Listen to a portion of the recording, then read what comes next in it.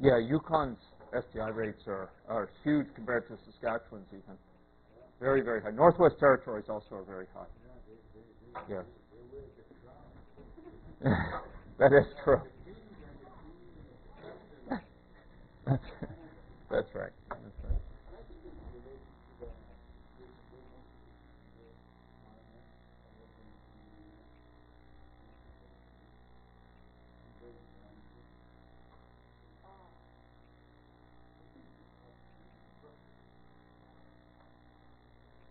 Okay. Oh, most emphatically. Most emphatically. Okay. Okay, I'm going to distribute this little thumb drive, which will contain the materials that we'll be using for this presentation.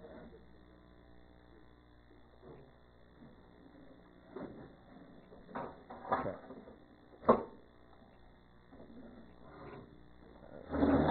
So classes. Oops, calibration. Okay. So I'm going to be discussing 3 models today, and I'm going to be providing some slides as well, which will be all on this thumb drive. If you want to just copy it, and we'll open up each of the models in turn. So the subject of today's discussion is a particular phase of the process of building simulation models. It's a phase called calibration by many. It's also sometimes confusingly termed as parameter estimation by other people. And it goes by some other names as well. I think one I've heard is sort of tuning a model. The term tuning a model to some data is often used for this process as well. So I'm going to circulate this thumb drive. It's in a folder called Calibration now. Okay, so I thought I took that away properly, but it says not. Okay, so let's just talk a little bit about where this fits in, and then we'll get to some hands-on work that uses this.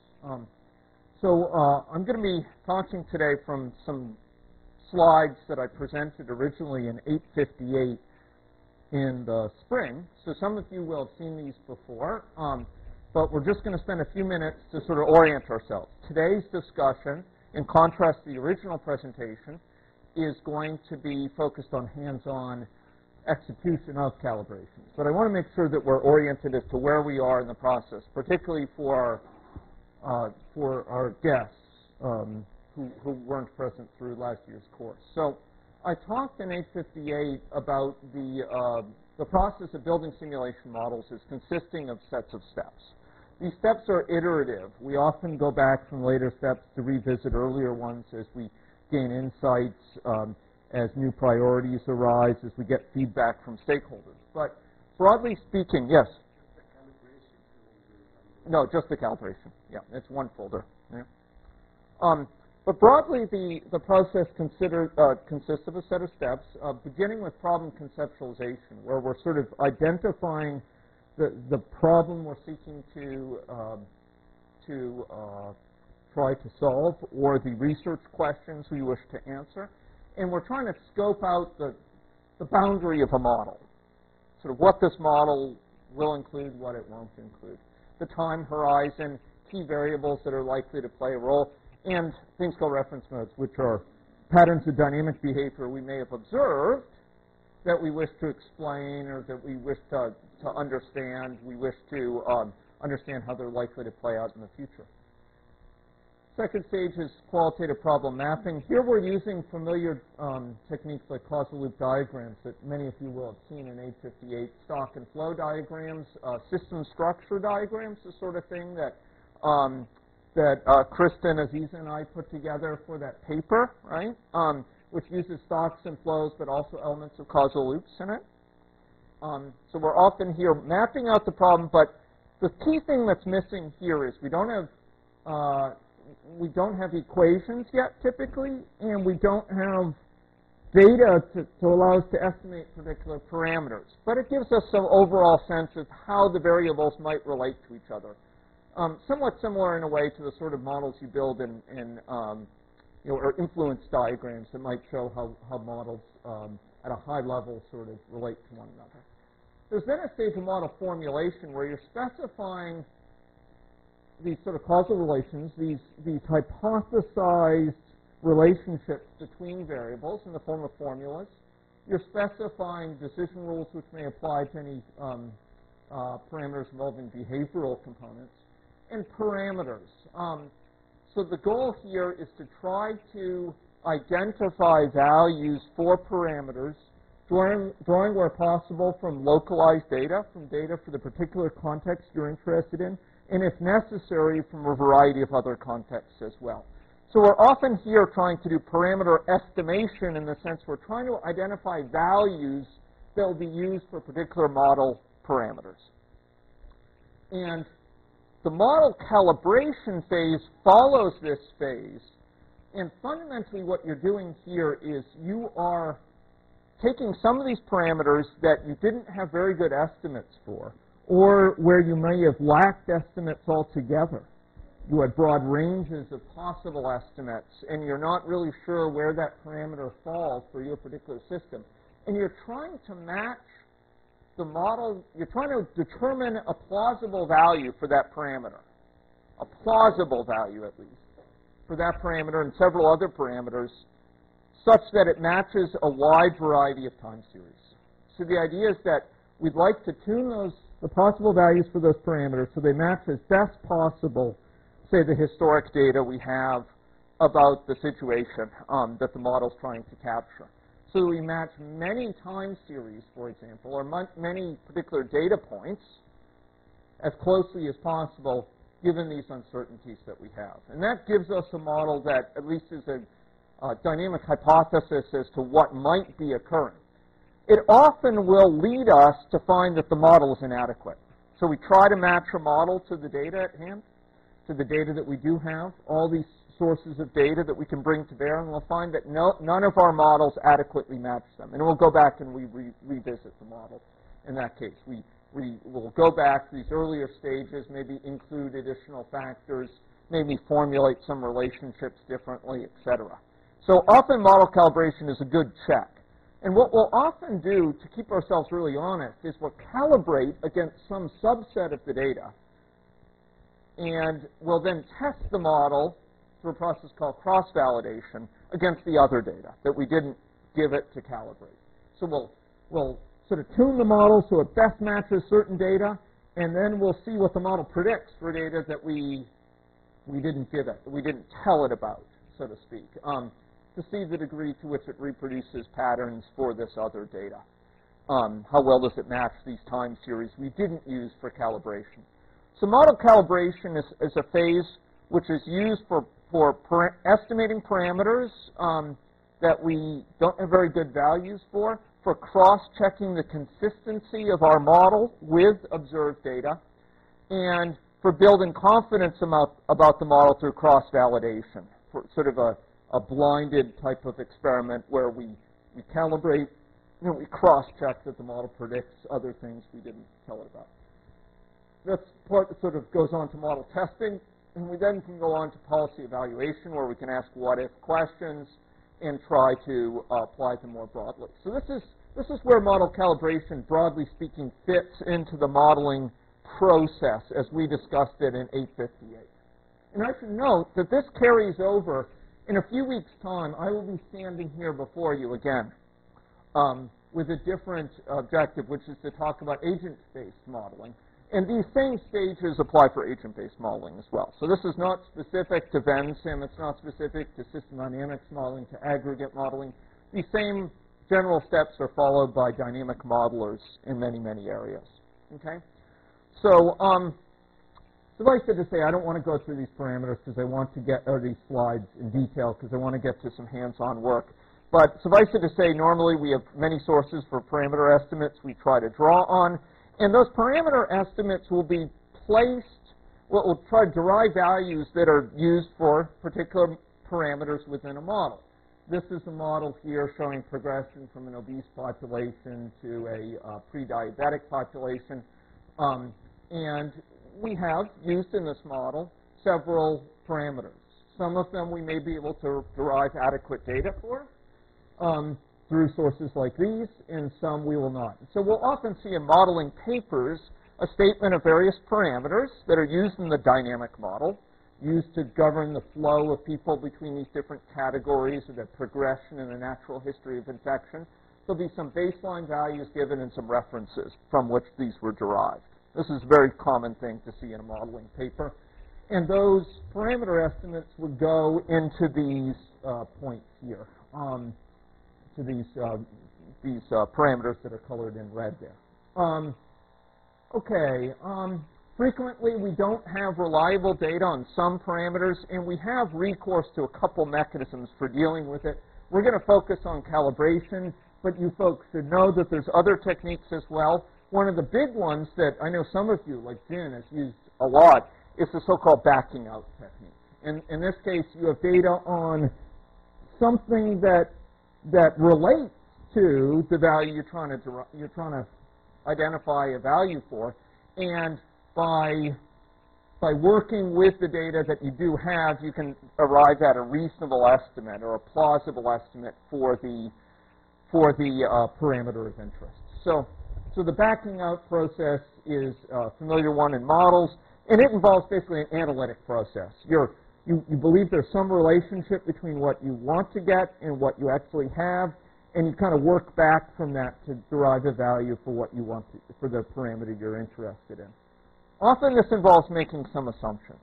You make equilibrium assumptions. You assume that the number of people coming in is the same as the number of people coming out, or you assume that two factors are fairly independent. It involves going out on a limb sometimes in terms of what we're guessing as sort of the rules that govern the situation. So I had an example here that we talked about last year, where we know certain things. We know, like, the breakdown of the population by sex, the population-wide prevalence of diabetes, and the prevalence rate ratios, and we can try to estimate the sex-specific prevalence from these aggregate data. This is sort of thing Jin has done.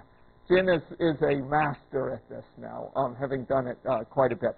The problem with this is that often we make use of pretty questionable simplifying assumptions here, and frequently the model is complex enough that it's hard to do backing out effectively. We have to make awful strong assumptions about a lot of things in order to arrive at an effective means of backing things out. And so there's a lot of pieces of information we have,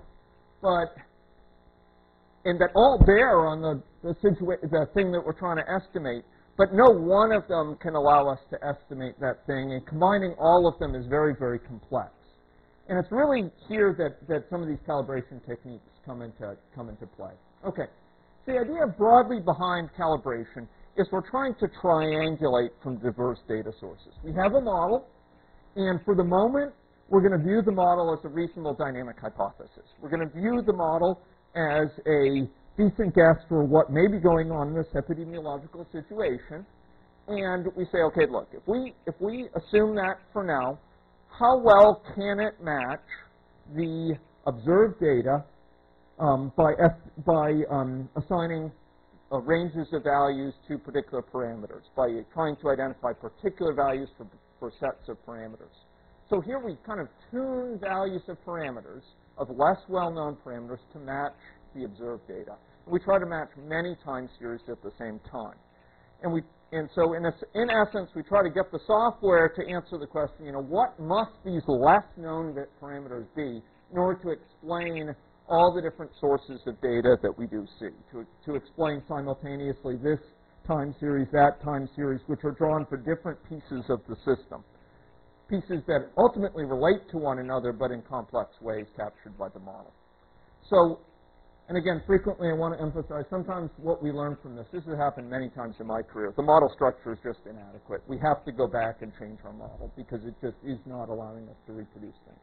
Okay, so we try to find specifics for, in the forms of parameter values, a reasonable dynamic hypothesis that explains all of this data. It's not necessarily the truth, but it's a reasonable guess as to what the situation might be. At least it's a consistent guess with the data that we have. And it can allow us to cross-check, of course, with other data. And it helps us leverage. Frequently in a modeling situation, we have lots of data on hand, but not all of it directly relates to particular parameters. And it's through calibration we can leverage that data.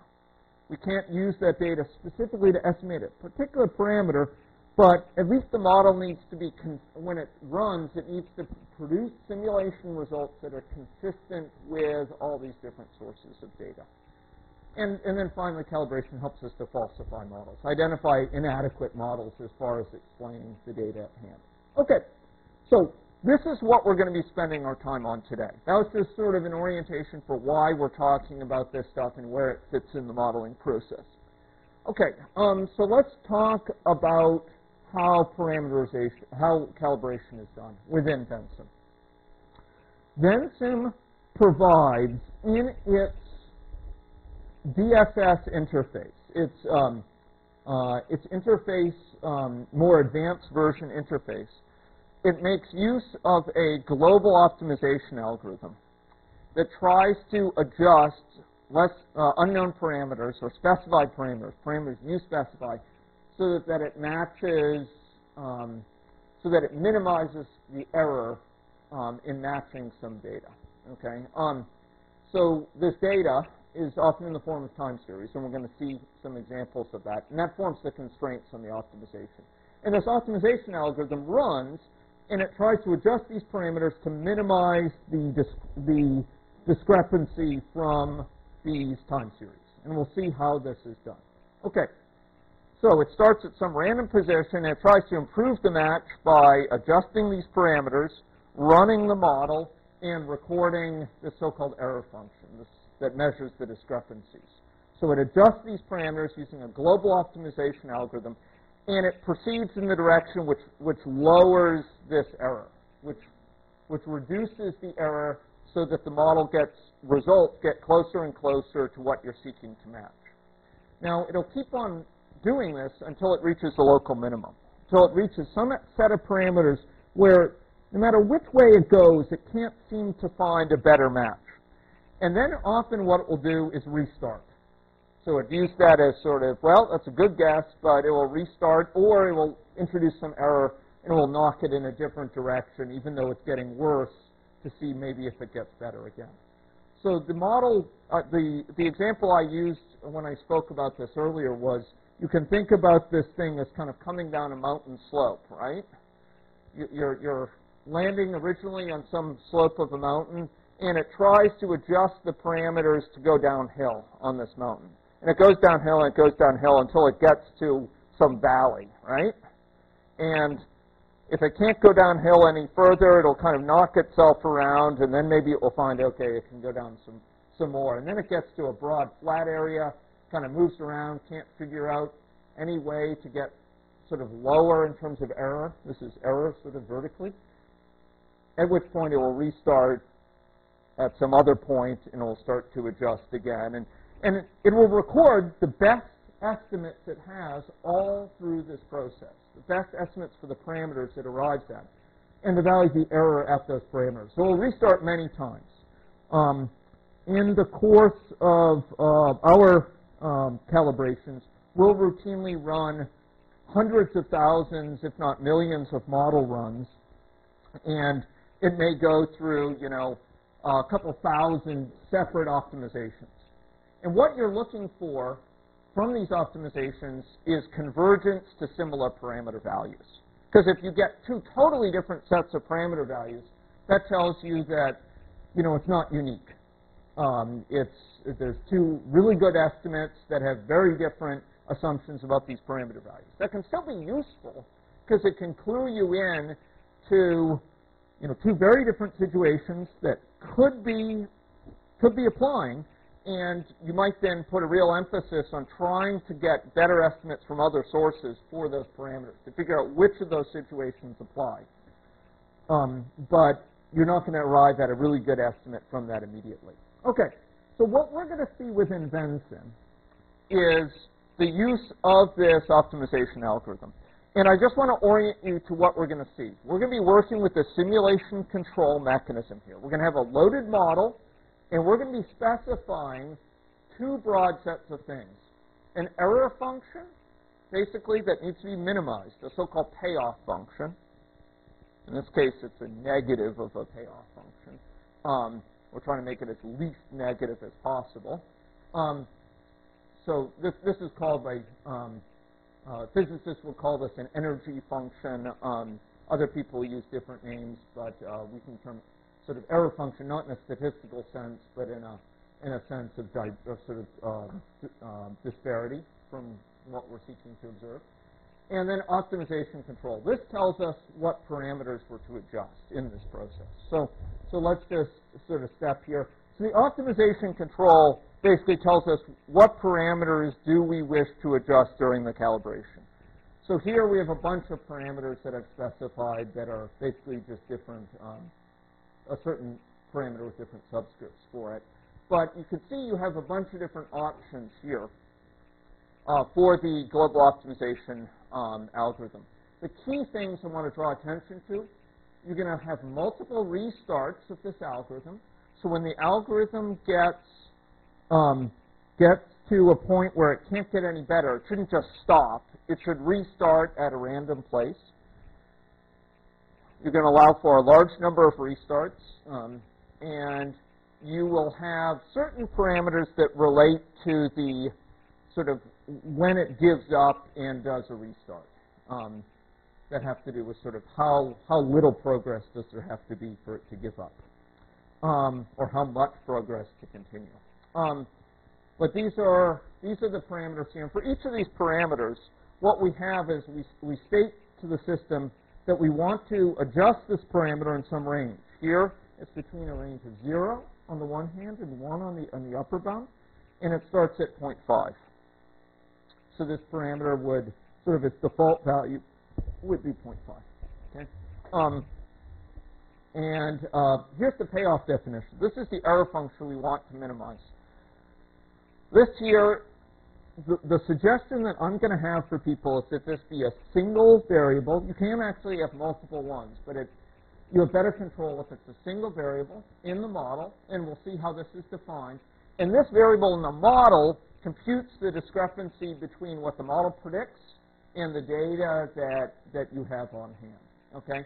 And it's associated with a weight of -1. If I double-click this, this weight would say -1, this variable would be here, and this would be blank. Now, a key thing here is that this is a policy optimization, okay? So this will get you confused potentially. This says calibration. It turns out that from my own perspective, you're better off doing a policy optimization and setting up the calibration manually.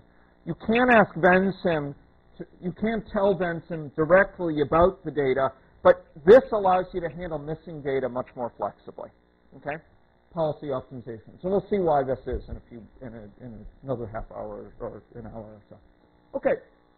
Okay, so I told you the sets of things we have to specify to Vensim. Again, there's two things. One is the payoff, the discrepancy we observe, or the negative of that discrepancy. And the second is which parameters to adjust and how to adjust them. How do we assess this sort of error function, this error between the two? Well, we need to provide some way to describe for the optimization procedure how good is a given model run compared to what we're seeking to match. We need to provide some sense of discrepancy, quantified sense of discrepancy between what the model predicts and what we're trying to match up. So what we do here in the process that I'm going to show you is, within the model, this is part of the simulation model, for each historic data we're seeking to match, we're going to calculate the discrepancy of the model from that in a certain way. And what we're going to do is we're going to figure out the absolute value of this discrepancy. We're going to turn it into a fractional value, fraction, a proportional value that it's off from what we're seeking to match, and we're going to sum these up. There's a technical reason for this. Let's suppose we're seeking to match model output to a couple things of different sorts. For example, the model may be trying to match up for the models we'll be talking about, maybe be cases of diabetes, and we're trying to adjust less well-known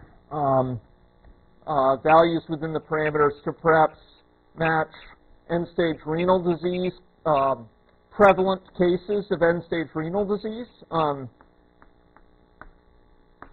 And we're trying to match, say, the number for both the general Saskatchewan population and First Nations. So Saskatchewan First Nations population and the other Saskatchewan population, okay, non-First Nations. We're trying to match up the number of cases historically, say even across all ages, for each of these groups with what the model predicts. If we try to do that, we can measure some discrepancy between what the model predicts, say for First Nations cases, at some trajectory here, and maybe we have some actual data, right? Some data that we've gotten from SaskCal that shows some particular trajectory. It's probably yearly data, and maybe it goes like that. And we'd like to clarify or to quantify this discrepancy between what the model predicts on the one hand over time. This is time here, right? And the data that we have from SaskCal. Now, we do this for Sask First Nations, and we could do a separate graph similarly for what the model predicts for other Saskatchewan population and the data that we have for the other Saskatchewan population. And we get some discrepancy here, some gap between the two. Now, what we're seeking in calibration is to bring this model prediction as close as possible to this predicted data, trying to bring it here as close as possible. And the question is, okay, how good a match is this? Well, what is or to put it in another way, how bad a match? What is the discrepancy here? Well, we could total up the absolute value of the differences here. Total up the absolute value over all this time. Maybe just to make this, we'll discuss that later. We match it up over all those years, the discrepancies. Maybe this is a 25-year period. We match it up here, and we total those discrepancies up. There's a problem here if we do this. This is the absolute value of the discrepancy. If we just total up, okay, this year it was a value of, it was off by 100 people. This other year it was off by 120. Here it was off by, 200 people. Whereas down here, maybe this discrepancy is, is off by 1,000. Here it's off by 800. And here it's off by 1,500. Suppose we were to total these up. What would be the problem with that? To just total them up, and that's our error estimate. Does anyone have a sense what might be the problem? And we would say we want to minimize that estimate. There's actually a problem for doing that conceptually. Well, I'll tell you this. These errors here, in absolute terms, they're a lot smaller than this. The population size is smaller. Population size is a lot smaller for Sask First Nations. So, a 50% discrepancy here may be, in absolute terms here, may be, a smaller discrepancy here, may be considered smaller here. So what we want to look at is often we want to add these things up. We want to treat a 10% discrepancy here as similar to a 10% discrepancy here in terms of how bad it is. We don't want to end up in a situation where our match to this is, off by 1,000 in 1 year. It's way up here, just so that we can reduce it, from here to here for the other Saskatchewan population. So we will often take the fractional discrepancy and add these things up for each of these time series. Now, there's another reason, too, which is sometimes we'll be totaling up discrepancies over different sorts of things, over dollars, over people, over, it could be mosquito counts or what have you, mosquito counts. And we can't add, people here to dollars here in discrepancy to mosquitoes. So instead, we turn it into a dimensionless quantity by turning it into a fraction, the fraction that each is off from its estimate. And we'll total those up over time. This is just a technique we've used. This isn't a rule for how you have to do it, but we found it handy for dealing with multiple sources of data and for dealing with data with different appropriate magnitudes.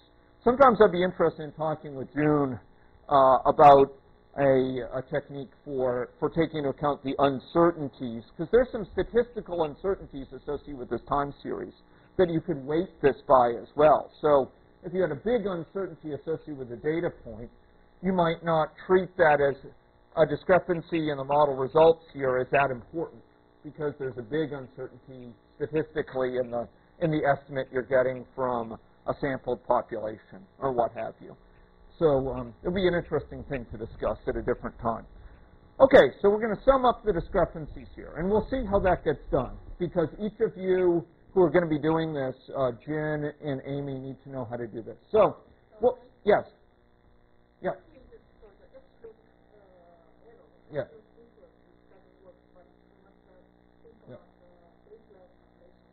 Yes. Yeah.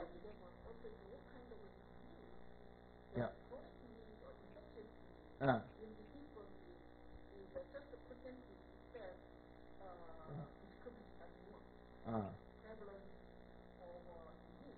Right. Right.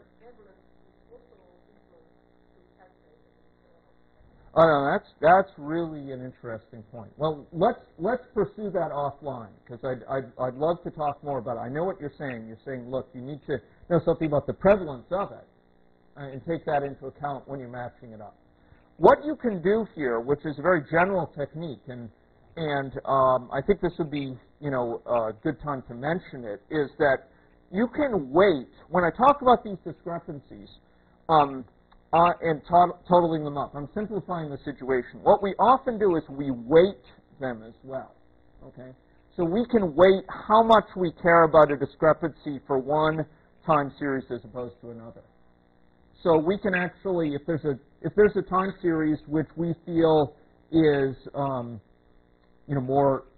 is better data, more accurate, perhaps a time series that's has less uncertainty about where it was calculated from or what have you, we can give it a higher weight in our match than a time series which we feel has lower quality. So we can actually weight, for a given time series, the discrepancy, but we can also weight a particular data point. So for example, in totaling up the discrepancy, we could treat a data point which has a lot of uncertainty associated with it as, leading to sort of less, having a less weight when we total up the discrepancy, or a data point that's missing.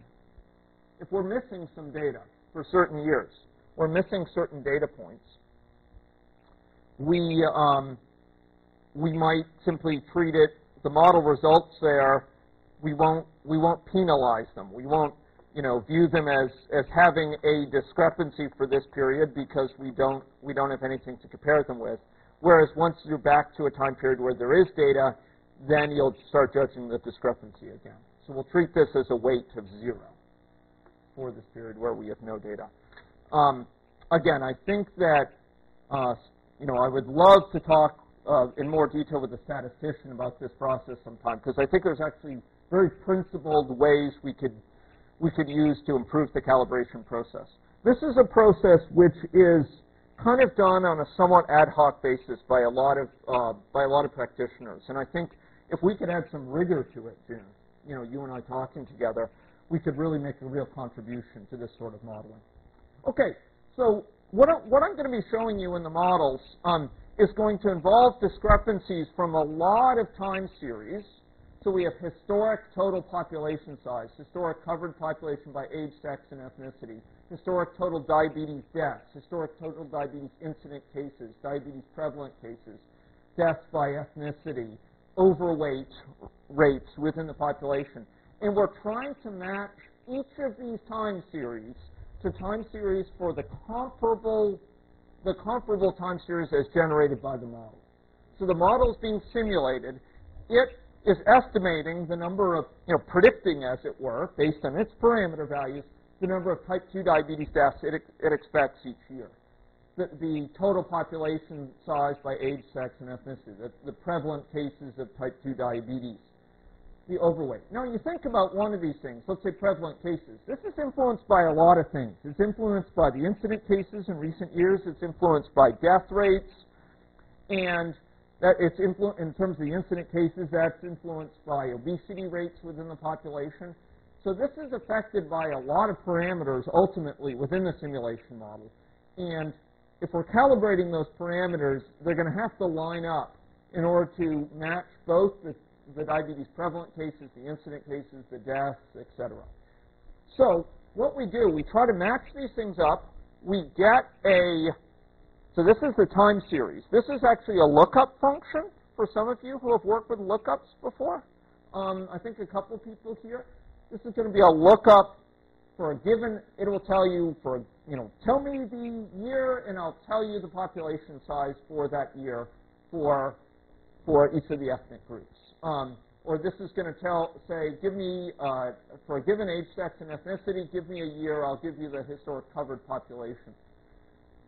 Here we turn this into, this variable basically says, so just for the current time, what is that total population? For the current time, what was the historic value recorded for the covered population, or for the type 2 diabetes deaths for this year?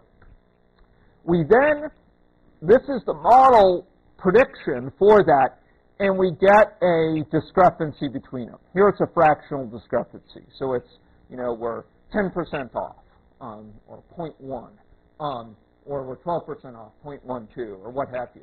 So we do this for each component here, and we then go on, it turns out, and take their absolute value, because we don't want to treat, being off on the upper side as, or we don't treat being off on the upper side as different from being off on the lower side. If we're 10% off, we treat it as, a discrepancy of 10% regardless of whether it's above or below. And then we total those up, or we weight them first by some quantity associated with the current data point. And then we total them up, and that's our total discrepancy. And we try to minimize that discrepancy here. Okay, so this is the information we require for calibration. What to match, and how much do we care about the match? This is our energy function, our payoff function. And a statement of what parameters to vary, how much to vary them, and the characteristics of the tuning algorithm to use, the characteristics of this optimization algorithm to use. Okay, so the more constraints we have, the better we'll end up with a unique estimate for parameters, a unique parameter estimate rather than several possible estimates that would explain them all very well. But the more parameters we add, the larger the space is to explore, and the longer it will take to run. Because it will have to vary more parameters, and that's going to take a longer time. If you have just 2 parameters to explore, you're going to be exploring a 2-dimensional space, and it's going to take a certain amount of time. You have 3 parameters, it's going to be 3-dimensional, 4 parameters, 4-dimensional, and the space can grow very, very large, and you may not have time to explore it to an adequate level once you have too many parameters. If you have too many parameters to tune, you may get an underdetermined situation. You can't arrive at any unique set of parameter values that gives the best estimate. There's several possible estimates that all yield model results consistent with the observed data. And finally, you wish all these fits all of these model calibrations are, of course, within the constraints of the model. And if the model is not very good, is not appropriate, it will lead to big discrepancies. Okay, so again, the big picture here, and we're about to dive in. This is one of the last slides here. Here we have a model with several stages within it. Here we have a population of diabetes risk, a population with diabetes but not chronic kidney disease, population of various stages of chronic kidney disease, and population with diabetic end-stage renal disease. And here's some historic data that we have access to for each of these components. So here's type 2 diabetes prevalence for time for two different ethnicities, and that would relate to the total, not just this stock, not just the people here, these are type 2 diabetes but not CKD, but these people plus those with diabetic CKD plus those with diabetic end-stage renal disease. So the model values for this, the total people here, here, and here, need to sum up to these historic quantities. We would like them to sum as close as possible to these historic numbers we have for each ethnicity for this given time. This is 5 years into it. Similarly, here's ESRD prevalence for the time by ethnicity. We'd like the number of people, this is prevalent cases of ESRD. We'd like the total number of people here for a given time to match as closely as possible this historic time series. And this is the number of ESRD deaths per time. We'd like the model's estimate of the number of deaths occurring in a given year, which it's estimating in terms of the rates here, to match up with our historic data as well. So we'd like to match that up. So the key point here is that many of these time series are not one particular variable in the model, but they're a sum of a bunch of variables. These map more directly one variable here, one variable here, but for the most part, this is going to be the sum of a set of variables across the model. It's going to be, this is, for example, type 2 diabetes deaths. That's going to include people dying from here, and from here. Because some of those diabetes deaths are from those with ESRD, some are from those with earlier stages of CKD, and some are from those without CKD. And we don't really know. From this data, we don't know how many people, from this data alone, we don't know how many of these people had CKD and how many did not. But if we have a model, at least to be on the face plausible as a model, it needs to be consistent in terms of its estimate of how many people are dying from here. It at least needs to be consistent with the numbers we do know for the overall number of people dying with diabetes. Okay? So that's the idea. And of course, we are adjusting the model so that as we adjust it, the model results match all of these different time series. And I think one of these, it may have been this one or this one, we didn't tune at all. You know, this was a set of adjustments. This was a result of a calibration where we are adjusting a bunch of parameters and to match certain time series. But either this one or this one, I'd have to go back and look in my notes which it was, we didn't try to match. The model just predicted it. And we went back as a cross-calibration later and said, okay, you didn't try to match this one. Now let's see how well does it match. So we didn't try to match it, but the model predicts it. It just has to be that way for the other things to match their appropriate time series. So again, we see this historic data in blue and green here, and we see the model predictions in gray and red here. So that's the result of the calibration. Okay, so trying to match these things. Okay, so that's what you get out of the calibration. Okay, well, we won't go there. You folks have seen that. Many of you folks have seen that before. I won't bother you. Okay, so it's time for show time. Okay, so let's see what we can do now. I passed around that calibration component. Let's go from the Karen-Yee model, and let's go look at the classes. Karen, we don't want to scare them out of here by showing them your model. So we want to go to the 858 Spring 2010. You folks are getting a sneak preview.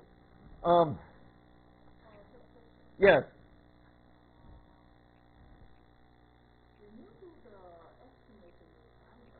Yes. You give a range of the parameter, but You can, yep. You're looking for, the small minimum error you're looking for, right? Yeah, yeah. Now, what, maybe least square error or whatever you measure, Yep. error. That's right. You assume that you have a uniquely distribution. I'm not talking about the parameter change. You pick certain parameter. Yep. You do it, Yep. but you think that exists minimum error. But what happens if you have you don't, minimum error does not exist? Right. So if there's multiple, if there's multiple ones. Yeah. So the calibration will basically tell you that. So if it is finding multiple very, very good matches with very different parameter values, then that's a sign that your model, given the calibration setup for your model, there is not a unique estimate for that parameter that will best match that data. To me, that's a sign that we cannot rely on these parameter values right now. The model's not yet ready to be used with particular parameter values. We need to go and either get better estimates for those parameters we've been trying to calibrate. If we can somehow find good estimates that will let us, get a more reliable estimate instead of calibrating it. That's one step forward. Or we may revisit our model. For example, maybe the model scope has to change. Maybe what's in the model needs to be changed. Maybe we need to incorporate different factors into the model so that it is unique. But the situation does sometimes come up that, there's two possible interpretations. Calibration will tell you these could be the parameter values or those could be the parameter values, and they're very different. And, in those cases, you need to go back and revisit your model and revisit, your data collection and say, is there any way we can get access to some of this data? So that would be my answer to it right now.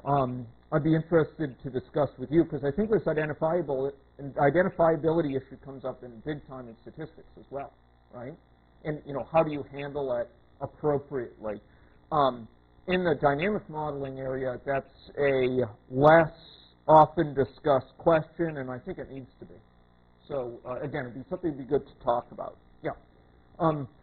We have ended up with, so I will mention this along those lines. Occasionally, you'll end up with a situation where there's several good matches, but they all lead to the same interpretation for the things that you care about. So the parameter estimates may be different, but in terms of, say, the impact of an intervention within the system, it yields very similar results. And in that sense, there's an uncertainty about that parameter, but the results are pretty certain despite that, if you see what I mean. And the question then is, how do you handle that? Because, for the things you may be interested in, it gives consistent results, even though for the parameter it's uncertain. So I think that's an interesting issue. Your model is wrong, but you have correct reliable prediction. Right, but it's not so much the model is wrong. I mean, the model may be a good model, it just may be underdetermined, so you don't know. It's not possible, given the data that you're trying to match, you don't have enough information to allow you to uniquely estimate a given parameter for the model. But the model predicts very consistently within the values of the possible values of the parameter that results. It yields comparable sort of model predictions. That is possible. And there's a question philosophically of how do you handle that. And I don't think it's an immediately obvious thing. Okay, so what I've done here is I've opened up, and June, I'd love to talk with you more about this. We should get together sometime and we can have a set of discussions. Okay, so I've opened up this calibration folder, and there's a folder called Sample Calibration here. Okay, and this is the simplest calibration example that I have. In fact, Ying has seen this before. Okay, there's folder. Yeah, it's that file there. Yeah, exactly. Okay. Now, can you show me? I want to see which version of Vensim you have. Whether you have the DSS or whether you. No. If you could keep that Vensim open. Oh, here's the PLE. Oh, okay. So go to model there, and I'm just going to see if you can actually. You may have to follow through on the screen. Go to simulate. Okay. And say yes. Oh, okay. Yeah. So you have the more basic version. I'm going to have to get you the more advanced version, which can do this. We're going to have to do it on the screen, okay? So you two can watch, or you can join some of the students behind there if you want. But I'm going to be going through this on the screen. Okay, so this is specifically available with the DSS version. Do you folks have the DSS version here? Is that everyone else have DSS? Okay. Oops. Hey, I don't mean to do that. Sorry. Get back there. So how about Vensim? It should be DSS. Yeah. Okay. Okay. So you folks have DSS, and the professors are stuck with something like it. Sorry about that. So we can get you a DSS one, Assad. Okay. So here we have a little simple. This is purely for illustration of calibration. So here we have a simple model. You have non-diabetics and you have diabetics in Canada, right? And this is a very simple, simplistic representation. You have these folks who are here. This is a simple stock, no subscripting, and they're at risk of developing diabetes. And there's some incidence rate for diabetes, right? So just to give a concrete sense for those who haven't seen it before, if I want to run this, I could run this model, and you know, I can then adjust the these parameters here, such. Oh my gosh, sorry folks, Vensim just it didn't like the change in screen size, so it bombed out on me. Let me go back and get it up here. Vensim sometimes has problems with the screen. Okay. So let me open this again. Okay, there we go. Okay, so we can run, of course, a baseline run. There we go. Let me unload all of these, and then we can change this. We can create an alternative scenario, and we can change the incidence rate for diabetes in Canada. And what we'll I don't want to change it negative. That's not what I intended. Okay, so here's an incidence rate of 2.5%, and what we can see is that, you know, it's growing faster than the baseline. This is our baseline with the default parameter value. If we adjust this, diabetes will grow faster or it will grow slower, right? Within Canada. So this is diabetics in Canada. If we make it 30% per year, which would be horrendous, this is the number of diabetics in Canada, or what have you. Okay. And there's here, this is just initialized with the total Canadian population, which is estimated, I think, at 30 million. Okay. Oh, excuse me. That's actually we have that should be 30 million, not 3 million. Okay. So we run this out. We can adjust the incidence rate for diabetes, and diabetes will grow faster or slower. And the question here is, we'd like to match up these model results as closely as possible with some data we have historically on diabetes. So here's, for example, diabetes prevalence as a function of time. So 1995 through 2009. And we'd like to arrive at a parameter estimate for the incidence rate of diabetes that matches this as close as possible. Never mind the fact that we have other ways of estimating it for this particular model. This is just to show in principle how we tune that parameter such that it matches this up, matches this rise as closely as possible, right? Okay. So what we're going to do here is the following. We are going to go up to Model, and you go under Simulate, and you go to the Advanced tab, which unfortunately Vensim PLE is missing. Okay, so there's an Advanced tab. Now, the Advanced tab specifies the things we were talking about earlier. So you specify a payoff definition, a discrepancy that you want to minimize, and some optimization control. This tells what to adjust. So let's go see them. So here, the payoff definition, you can click on it, you can actually select one, but we're just going to edit the one that's already there, which is this one here. And you'll notice what it says in the payoff elements. It says square of discrepancies between model-generated prevalence and historic prevalence. Something like that. It's this guy right here. So this variable that the model computes inside of it is up here, right? Okay. So that's the thing we want to minimize, and the way in which we know we want to minimize it, if you double click this, boom, it says weight minus 1, right? So that means we want to minimize it. You'll note it says the weight should be positive for calibration. For policy optimizations, which is what we're doing, it says use a positive number when more is better and a negative number when less is better. We want to minimize the discrepancy, so we want a negative number here, okay? Yeah. When I clicked on that thing? Yep. Okay. Where did it take you to? Oh, okay. No, sorry. You want to do edit here. Yeah. There you go. Okay. Yeah. Okay. Yeah.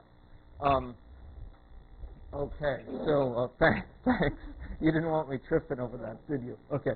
I appreciate the thought. Okay. So, folks, Aziza had asked a great question, which is, she said earlier, when you click File, it doesn't take you there. File is just to select a different one. I should have just said, this is like if you had multiple of them, you can select different ones. But what you want to do is edit, okay? Now, if you double-click on this guy, you could see, okay, a negative number to minimize it, a positive number to maximize it. We want to minimize it. Now, the optimization control, what are we going to put in there? What thing are we going to adjust here to make it match as best possible? Can anyone tell me?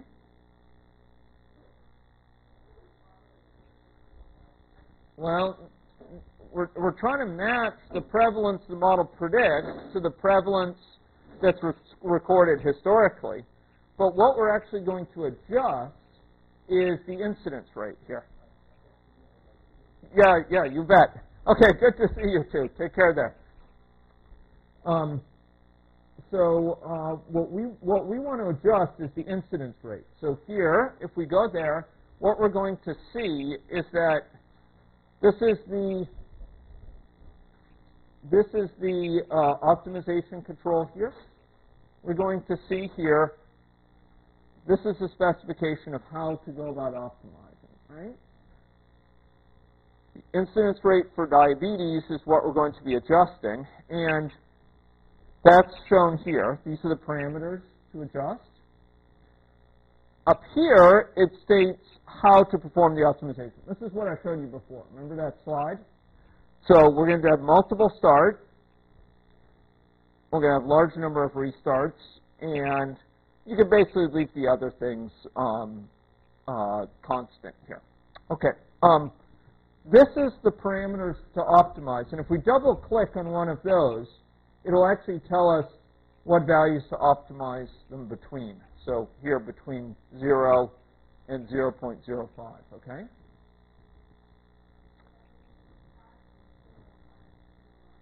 Yeah, it means it starts by default with S, and it goes, and it can be adjusted anywhere between 0 and 0.05, okay?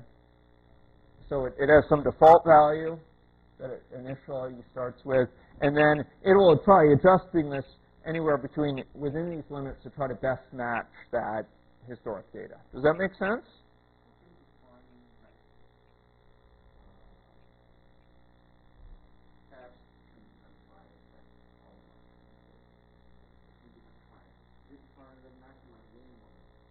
It's right. Yeah, it's not trying all possible values in a regular way within there.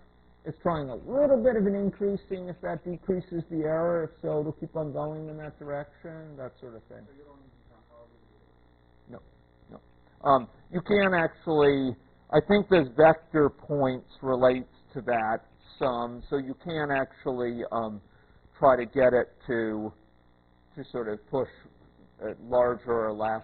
I haven't used that much.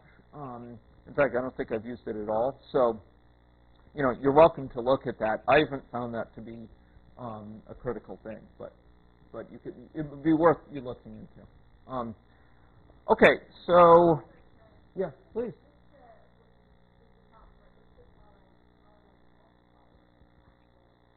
Oh, okay. Pass limit, right? Tolerance multiplier, yeah.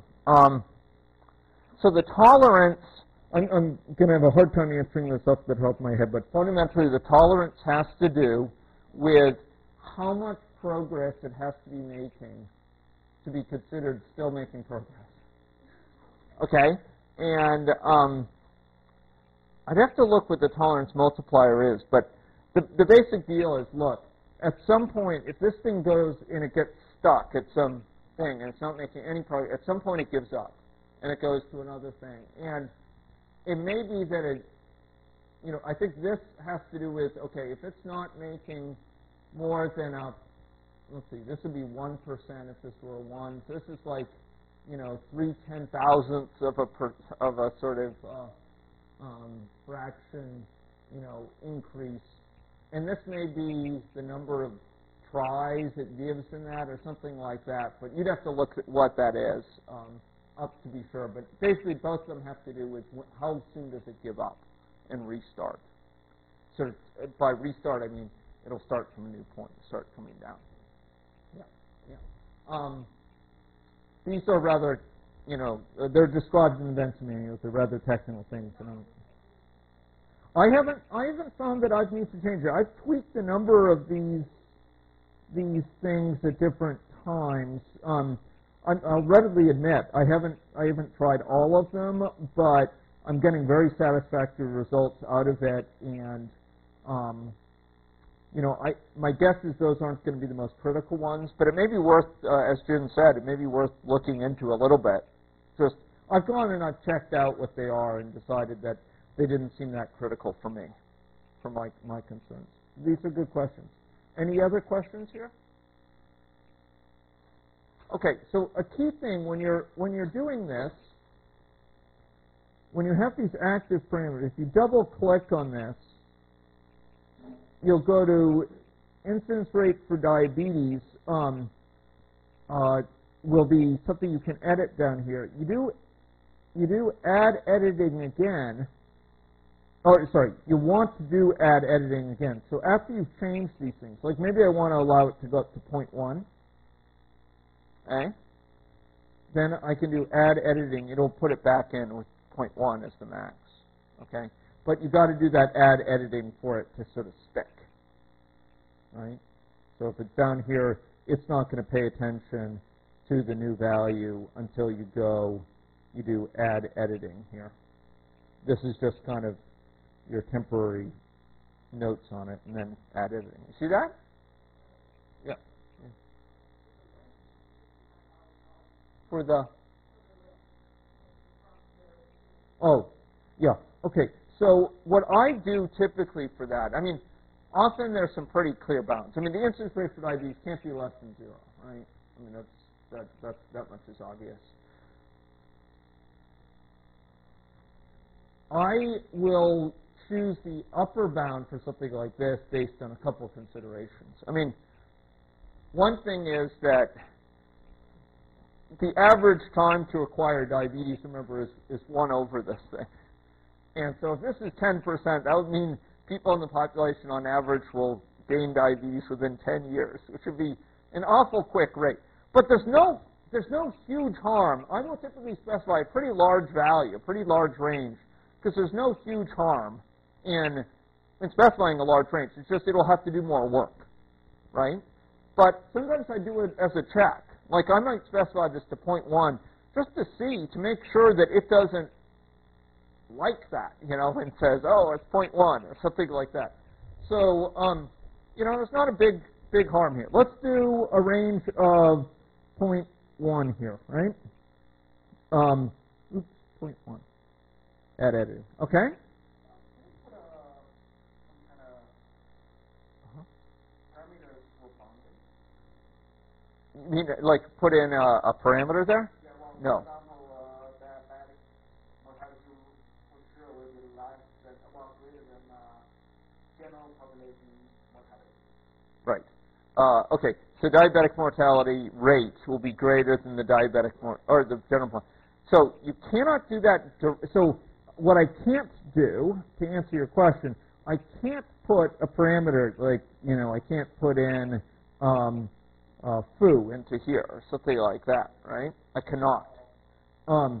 But what I could do, there is a way to do essentially what you want, which is, remember we discussed it for your model, the alpha and beta thing? Yeah. You cannot direct, those have to be constants in this version of Vensim, which is too bad. It'd be nice what would be nice is if you could put a parameter in there.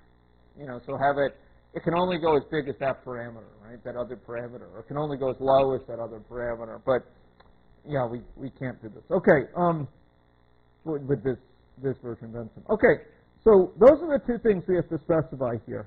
The policy and the optimization control. And now what we do is we do optimize, okay? See this optimize? Now I'm gonna call it something. I'm gonna call it calibration, simple calibration or something like that. Okay, simple calibration. I'm gonna say optimize, and it's trying to adjust this thing. What you probably missed is at the very beginning it got really good quick. So it's not getting any better right now. Notice that? See that? But I can say stop. By the way, the reliable way to do stop, you can press the button with the mouse, but I found that the escape key is the best way. Because the mouse, sometimes it ignores it. Escape it pays attention to. Okay, so folks, guess what? It started out at 0.01, and it had a payoff of, the best payoff it arrived at, the payoff there was minus 0.0048. And then now it's down to minus 0.000119166. So here, we can go compare these. Here, the best way to compare this, I create a custom graph.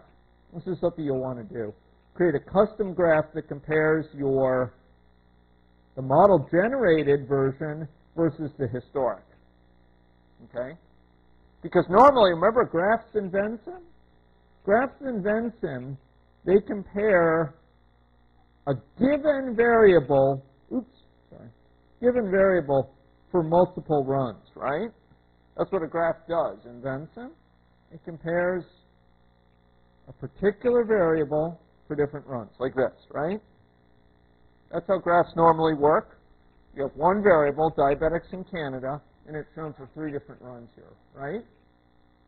But what we want here is different. We want to have a single graph which compares multiple variables on that graph. So here, you go to graphs, and you do display, and there you go. So I define this as a custom graph using this interface. See, it says graphs, and I define it as a custom graph. See how it says scale here? This means they're on a common scale, okay? They're on a shared scale, so they'll be displayed together. And I just gave it a name here, but otherwise they're just 2 graphs. If you want other things in there too, you can specify other variables. But that's all I want here. Okay? Okay, and I did display, and there it is. That was the best match it could find to the data. Given this model, this is the best it could do. It adjusted that parameter, adjusted it, and this is the best fit it could find. Okay. Well, that was the result of the calibration. How did it actually occur? We saw how we told it what to adjust, but truly there's some missing pieces here. Let's go take a look. Okay, so this is what we started with, and this is sort of thing I recommend. We're going to add more texture in the next 15 minutes. So this is what I recommend. This is Canadian diabetes data, 1997 through 2001. It's a lookup function. Okay?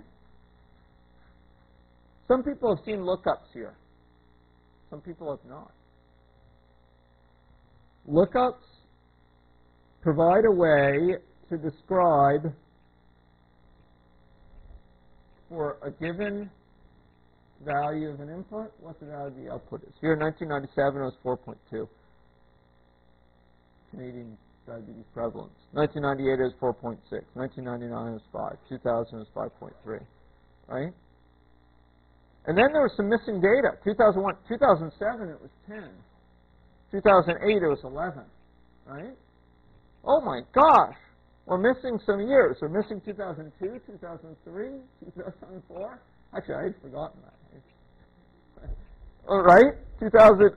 Those were missing. So we have some missing data in there. Right? Right? Okay, and then we're up to 10 and 11. Okay, what are we going to do here?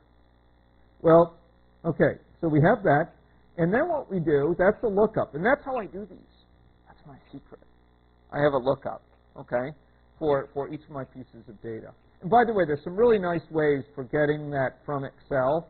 You can actually just go in Excel, select the two columns that you want to put, you do import values. Boom! It appears in front of you. Right there. Yeah. So Aziza has witnessed it. It's very, very handy. Watch this. 1939, 1950, and 1975. And we'll put different values here, 6, 5, and 10. Okay? Watch this. Select, copy from Excel. You just go over here, you do import, and it says attempt to read them. Yeah, there it is. Okay, but I want to do cancel. I don't want to have those as my diabetes rates. Okay, so this is a lookup. And then what we have is a variable. Again, this is what I do when I do calibration. I have a variable, the prevalence as a percentage for the current time. So, okay, so all I do here is I look up, in the lookup, this is the lookup here, right, this variable, and I look it up for the current time. Eh? The current time?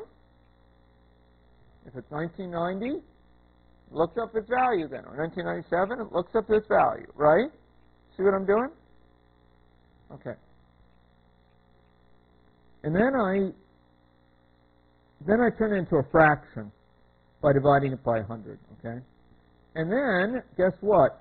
I need to compare it for what the model results were, right? So for the model, I have some total number of diabetics in Canada, and then I have the total Canadian population, which I assume is constant, some diabetics in Canada, and I divide this guy by that guy to get the prevalence, right? Fractional prevalence. That's the model-generated prevalence. Whatever value of incidence rate for diabetes is, this will be the model-generated prevalence. And then I take the square of their discrepancies. But look, there's a twist. If you click here, this is the square of discrepancy. There's a twist. The twist is that, see, I have this variable is year recorded. See that? You see that? That is year record tells me, should I care about matching in this year? What years wouldn't I care about matching? Good. Good. Very good, Aziza. That's great. This will only be one for data for year size data, for years for which size data. Otherwise, it'll be 0, right? So it will only record some amount of error, some amount of discrepancy for years where I have data to judge that error, right? And then I multiply that by the difference between them, one minus the other squared. See that square? Y squared. Who could tell me y squared? Or why not just this thing, one minus the other? Remember, I'm trying to minimize the error. I'm trying to minimize it. Why can't I just have one minus the other? Okay, yeah. So, but why? What would you have to? Yeah, exactly. Remember, folks, if I'm trying to minimize this, if I didn't have a square, I didn't have absolute value, it would really, really like it if this thing were negative. So it would try to make the Canadian diabetes prevalence, try to make the model have as big a value as possible so that the subtraction between them is as negative as possible to minimize that, which would be undesirable, right? We want it to be this squaring it or doing the absolute value. And there's some subtle reasons they prefer square, but either one is fine. That means that even if it's above or it's below, it counts it as equally bad. Does that make sense? Yeah. Okay. Okay. So that's the square. So then I had this is year recorded. Look at that. Look at that. This says this is an if then else, right? If time is within this bound, 1997 to 2002. Or time was either, well, it's greater than or equal to 2007 and less than, maybe it should be less than or equal to 2008. I need to check if 2008 is there. I think it's less than or equal to. Then I do have it. Otherwise, I don't have it. Does that make sense? So it's a 1 or 0 depending on whether I'm within one of the windows where I have the data, right? Okay. Okay, so this is a mini calibration example. Does anyone have any questions on this before we go to a richer example? Does that make sense? So again, model to run it, model, simulate, optimize, and it will go. If you want to choose a different set of things to tweak, you could specify different files here that would tell it different things. And that's actually a good practice, a best practice, one best practice I'll suggest. I rarely change this one. I rarely change the payoff definition. I change the optimization control quite a bit because sometimes they'll say, let me try to do the calibration without changing this parameter. Or I'll change the range over which it's adjusted. And I don't want to just throw out the entire earlier file in case I want to go back to it. So I have a couple of these files. I actually have versions of different optimization files for the optimization control. I'll have one version which adjusts a lot of parameters, another which adjusts just a few, etc. There's some good reasons to do that. I'll see like the minimum number of parameters I need to adjust, or try doing it just with these parameters, what have you. Okay, any questions on this before I go to the next one? Yes. Yes.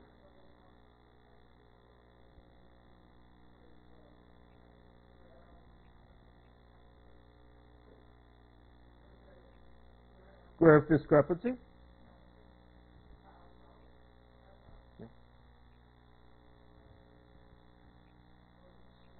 Yeah, the professor won't always be there to do it for you. Well, I mean, he can look over your shoulder, but no. Well, yes, you have to do the square of discrepancy for each thing you're trying to match. You'll do a square of discrepancy for it, and you will typically have or if there's missing data, you'll have an is year recorded type of thing for that data series, because it'll be different for different data series, right? Maybe for this data series, you have these years. For that data series, you have those years.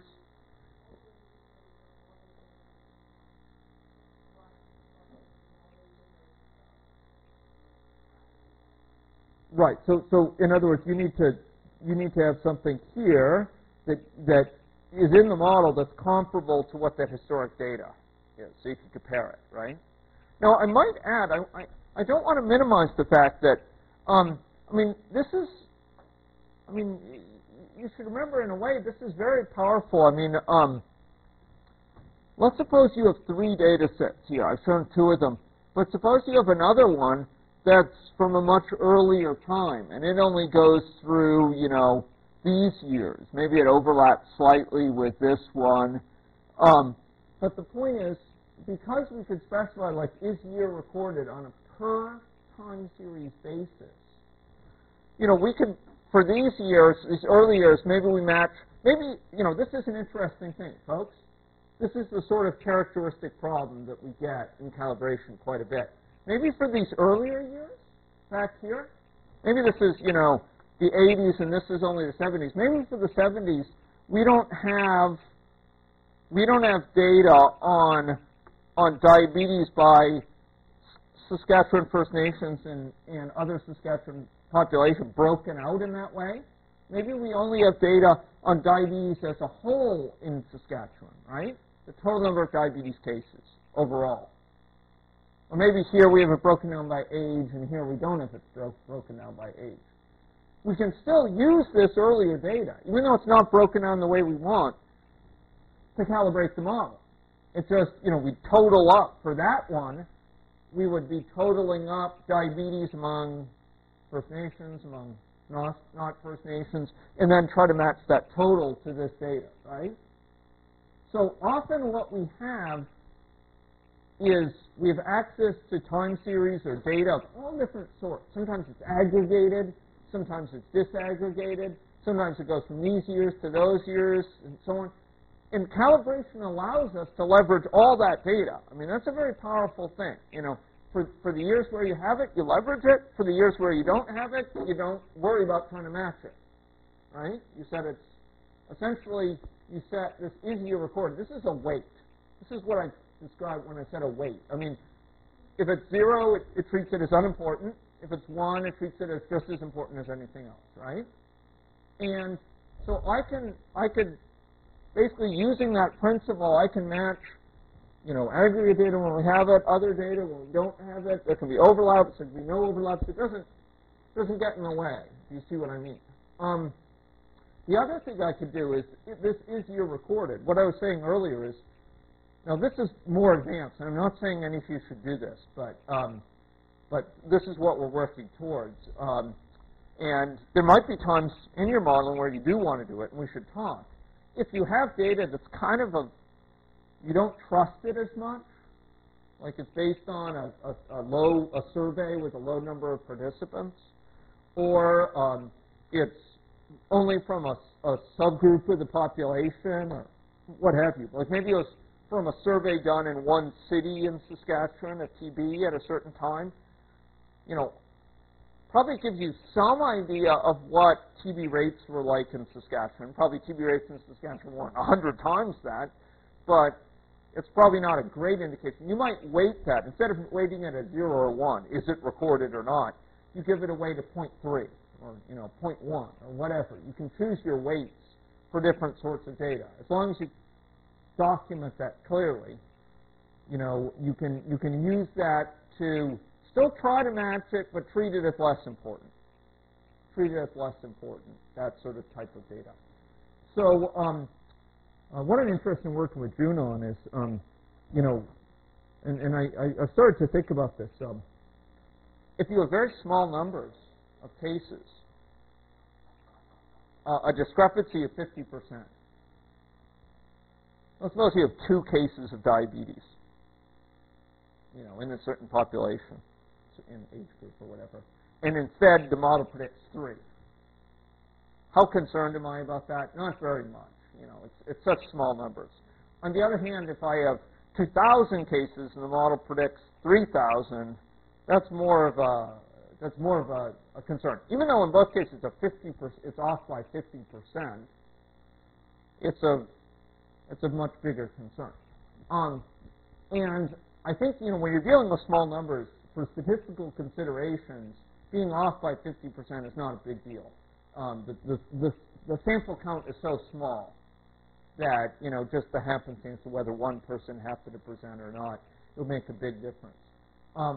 So that could factor into a weight as well. And I'm interested in working with June to see if we could do that, to have weights that reflect the sample size, for example. Anyway, so it's a bit about this particular model. Can I show you something that's a little bit more advanced? You're not going to run out the door? Not yet? Okay. Okay. This is our simple model. Let's go now to something a little bit more complex. Okay, let's go to, we have two choices here. We have two choices. Do you want me to show you something that's bigger or something intermediate?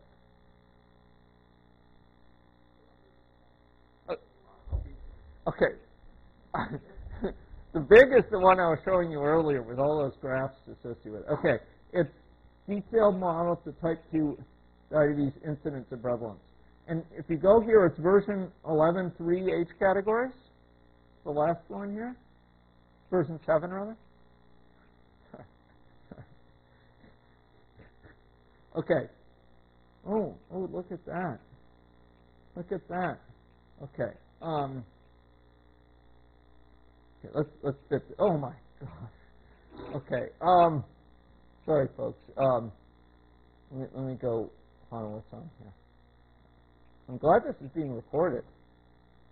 This will be great. Okay. Oh yeah, I remember this. Right. Okay. Okay, folks. Yeah, I mean, this isn't too much more advanced. But here, basically, I feed into the model historic incident cases of diabetes. And I try to get the model to match prevalent cases of diabetes in a given age category by adjusting the width of the age categories. And here's this discrepancy, right? Okay, now this is a little bit relevant. This is I don't know if it's a baby step, but it's a less than a full stride. Because here what we have is we have this diabetic population that is subscripted. It's subscripted by age into 3 age categories. It's subscripted by gender, and it's subscripted by ethnicity. So we have diabetics who are aging. This is why there's that little curious thing there. And I have prevalent cases of diabetes for each of the age group, ethnic groups, and gender groups. Okay, now this is actually a data file. So I actually did it differently here. I don't recommend this in general. This is actually an external file.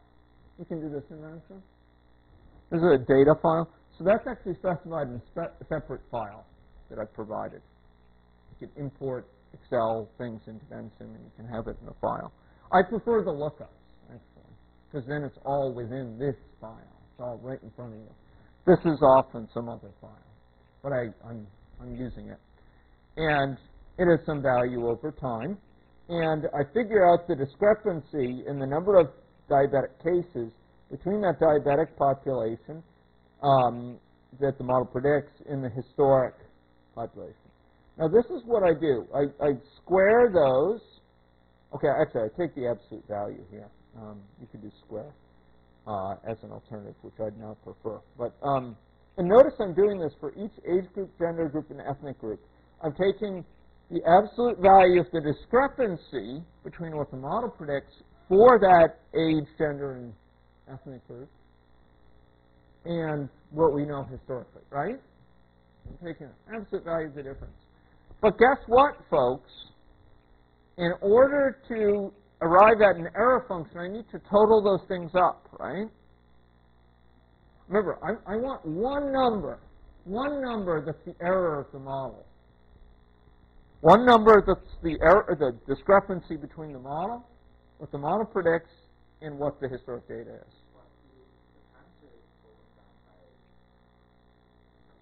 It is. Here it is. It's broken down by subgroup. So I'm getting a discrepancy for each age category, gender category, and ethnicity. Okay.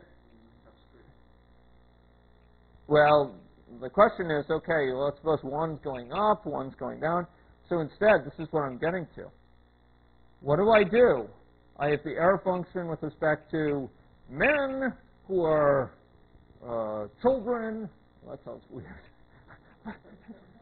Men who are children and who are, maybe a lot of women would agree there are men who are children.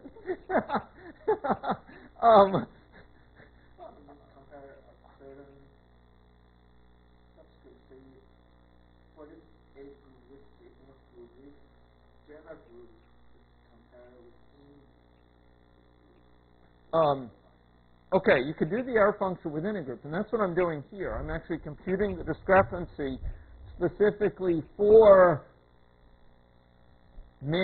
children who are of a certain ethnicity. That's what. Okay, I've taken the discrepancy here, right, by age group, by gender group, by ethnicity, and then I am taking the square of it for each of those groups, but to arrive at a single thing, which I'm trying to optimize in, guess what I have to do? I have to sum those up. So I sum them up by age first. Remember this age group exclamation point? And then I sum them up by ethnicity. This is ethnic group exclamation point. And then I sum them up by sex.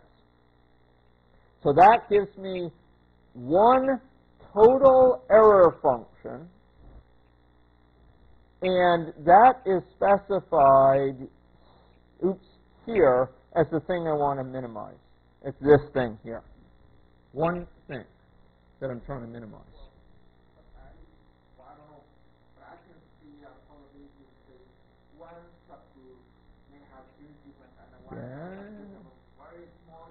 Yeah. Yes. Well, this is Jen, you're on to something subtle, and this is in fact why we do the square. Okay. This is a little bit subtle, but it's also why we're doing this per. Actually, you notice I didn't do it here because I'm just dealing with. I probably should have actually. We should have done percent difference or fractional difference, because suppose there's one group that only has 10 people in it, and I'm off by 10. Well, suppose there's only 100 people in it, I'm off by 100. In another group which has 5,000, I'm off by 100. You know, it's much worse to be off by 100 in a group of 100 than it is to be off by 100 in a group of 5,000, right? So I should have done the fractional difference, and then total those up for each group. All right?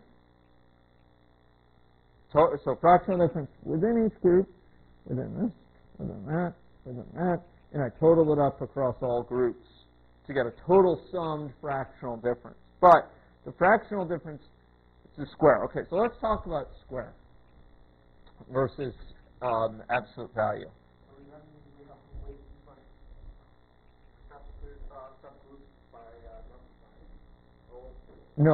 No, it's just that you phrase it, in terms of the error, you phrase it as fractional error.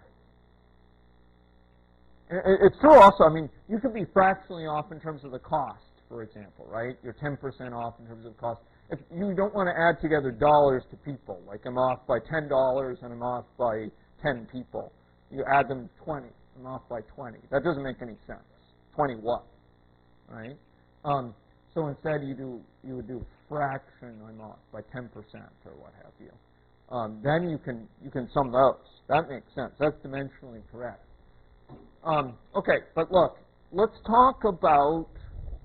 Turns out this board I think is on the video, but I can't be sure that everything I write will be picked up. But this is a subtle issue, and I'm not sure I'm going to be able to present it adequately here. But let's talk about this issue of, Jen, you're really onto something good when you say that, look, suppose we have this situation where we have two groups we're trying to match, right? So this is a model result, and suppose we could tweak the model so that let's suppose we have this historic data.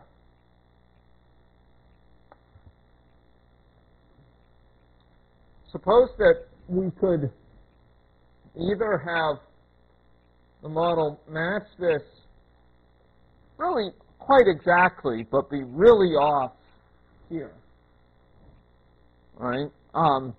Or it can be moderately off for both of them, like there and like that, or something like that.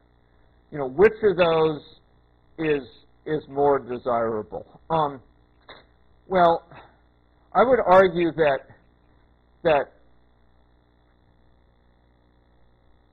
being way off here, just to have a small, to sort of be right exactly on here, is not nearly as good as being pretty close for both. Okay. So if I have a choice between being off for each of them by 10% versus off for one by 20% and off for the other by 0%, I'd prefer the 10% for each, actually. Yeah. You don't want to, as it could be said, rob Peter to pay Paul. You know, just make this one a lot worse just so you can match this one as well as possible, right?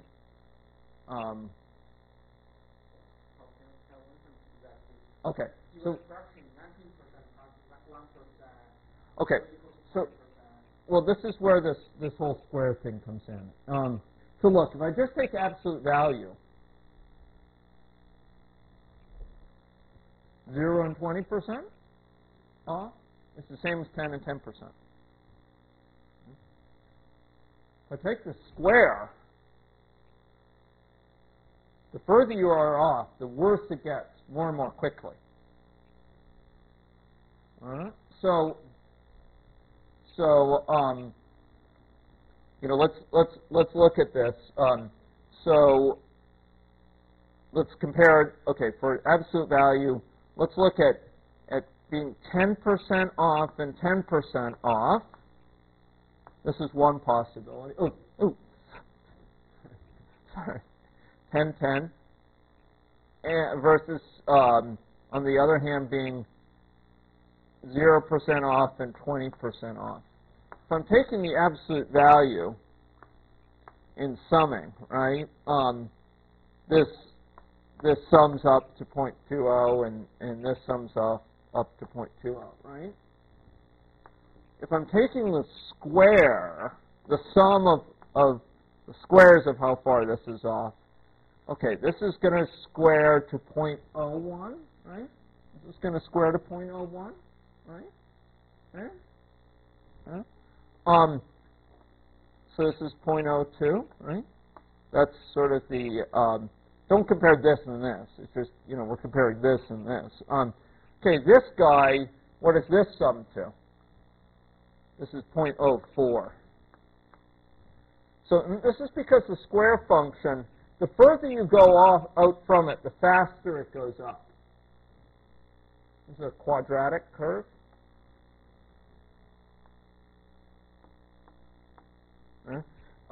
The faster it goes up. And so, you know, summing up two things which are out here versus one thing here and one thing here, it's a lot worse. If you sum up sort of twice this compared to 0, you know, nothing here and this, you're just vastly worse off the further out you are.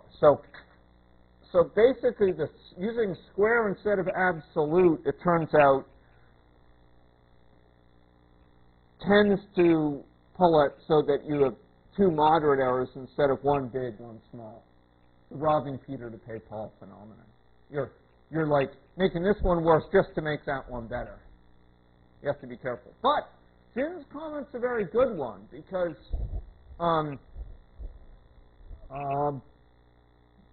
this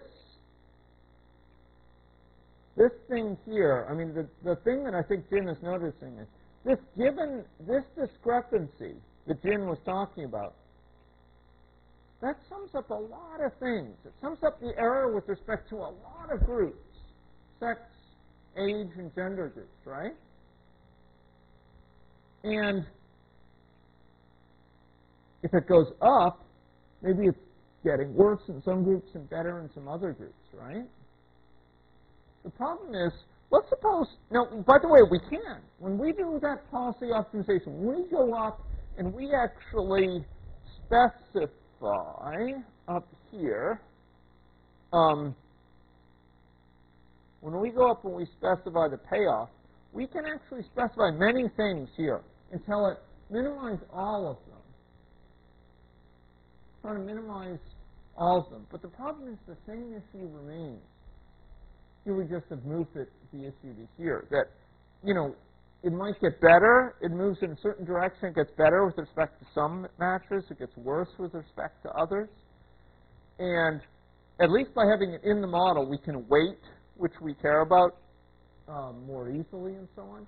We can take into account missing data, etc. Here you could do it, but I prefer to have one total here and basically just calculate it within the model. That's my preference.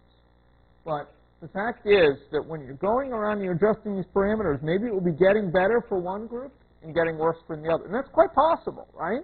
You're adjusting this parameter, it leads to that to match that, but it gets worse over here. It's like a balloon. You squeeze here, and it pops out there, right? You can imagine this.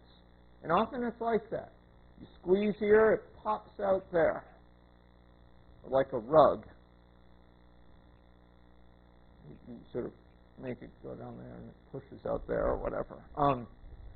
I used to know the appropriate analogy. Okay, so this is a baby step model. Okay, do you want to see the full Monty? Okay, let's go take a look. Okay, so we're going to go up and we're going to go to calibration to ESRD data, okay? And oh my gosh, there's a lot of things here. Let's go see which one it is. Okay, it is called Type 2 T2DM calibration model, 3 or more type 2 diabetes risk stages and many CKD stages, SASC health mortality. Okay? Okay, you can tell who wrote that name. Okay. Sorry?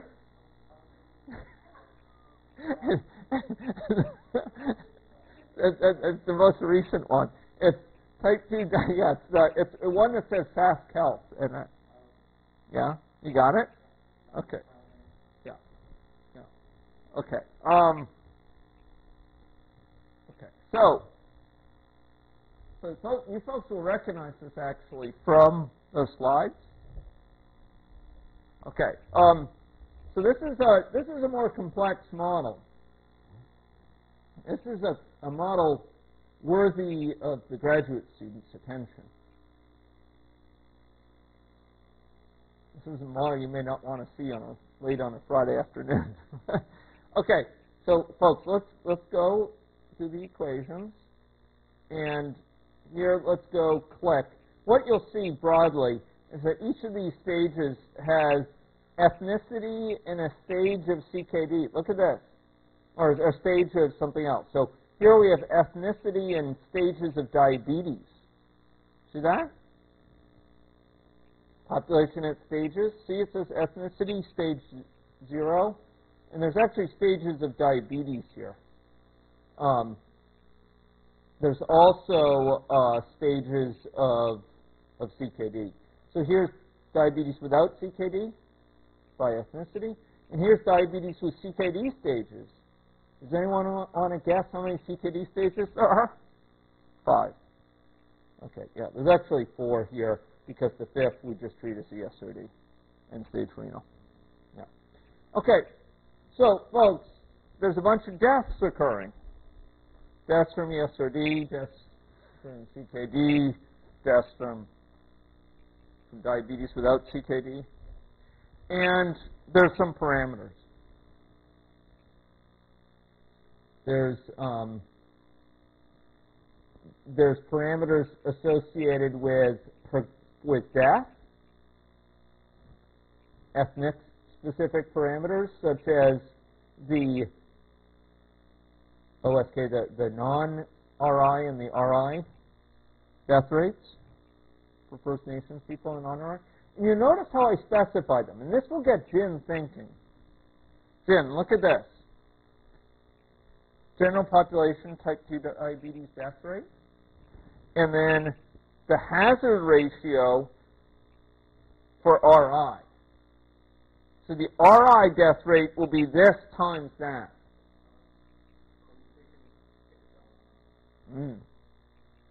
Okay, now this is important because we can constrain this to be greater than 1. Because if we're changing these parameters, there's certain things we want to maintain, certain things that we wish to, relationships between parameters we wish to maintain, we wish to guarantee, certain constraints we wish to express. And one of the constraints may be, look, I don't know what the death rate is for the other Saskatchewan population compared to, and I don't know what the death rate is for the First Nations population, but I know that perhaps one is bigger than the other. So I can constrain parameters to vary within those constraints. I could say, well, okay, I believe that these parameters could be any number of different values, but this one is always bigger than that one. And I can do that by expressing them relative to each other, by specifying like hazard ratios or coefficients. So one parameter will be this coefficient times another. We could tune that coefficient between, say, 1 and a large value. And that would mean that one of the parameters will always be larger than the other. You can capture that. You see what I'm saying? So this is exactly what we were talking about, I think, right? So I can address that. See, look at that, the coefficient of mortality there. Same sort of deal. So there's a sort of a, here there's a hazard ratio, and then there's a GP coefficient, which sort of takes into account for RI. Here's the incidence rates by ethnicity, etc. Okay,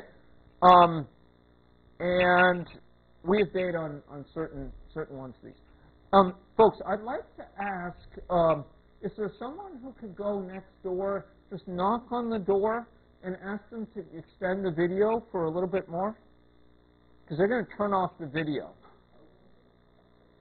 I won't keep you for that much longer, but I would like to get this, a discussion of this model. And if one of you could just say, like, could you, we're going to be recording for another half hour or something. That's what I'm thinking. So you've got to go. Yeah, sure. Okay, I hope it's been useful.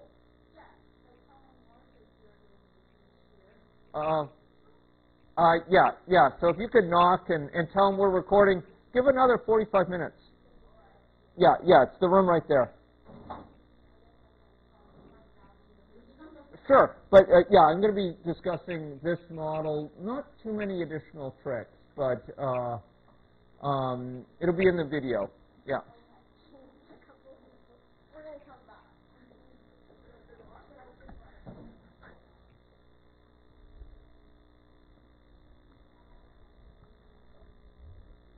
Yeah.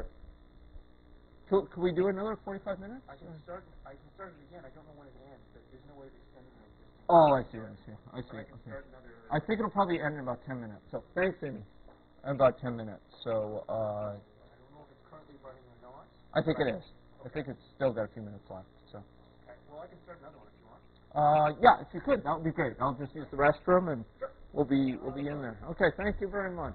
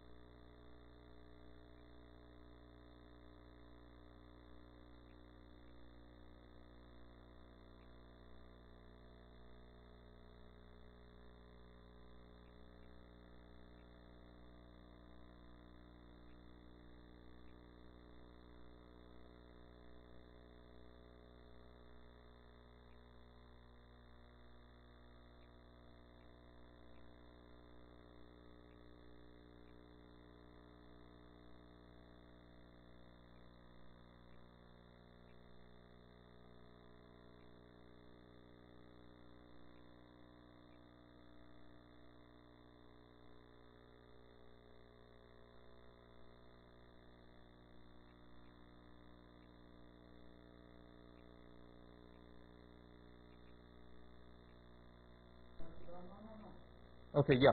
So we reserved the room, so yeah, we'll be out by 6 for sure. But yeah, we'll try to wrap up by 27 past. Yeah. Okay, thank you very much, sir.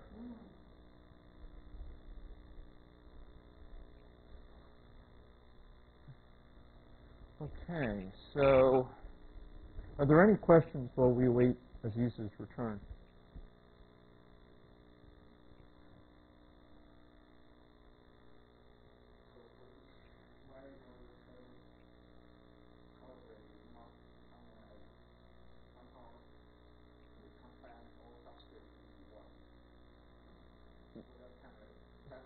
Well, okay, so you first calculate the discrepancy, and then you sum up the fractional squared discrepancies, or the square of the fractional, you sum up the square of the fractional discrepancies across all the different subscripts to be one value, which you then try to minimize. Does that make sense? Yeah. And of course, you'll be summing that up potentially with other variables that are off as well. So. Correct. Correct. Correct. That's the total error. I mean, again, the issue here is that if you have several variables you're trying to minimize, that's fine. It's just that what if one goes up and the other goes down? You have the same issue. It doesn't get away. Either way you do it, you're going to have to reflect. You're going to have to deal with the fact that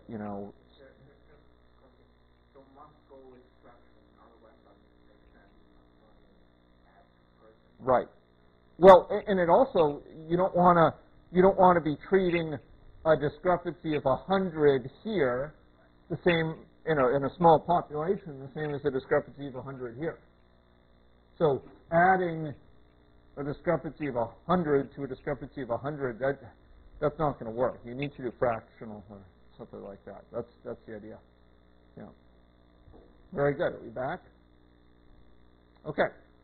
So so Jen was just asking about you don't want to sum up the total and add them together for different variables. You want to you want to deal with the fractions so that you can add together fractions you're off with respect to different quantities, dollars or whatever, and with respect to populations of different sizes.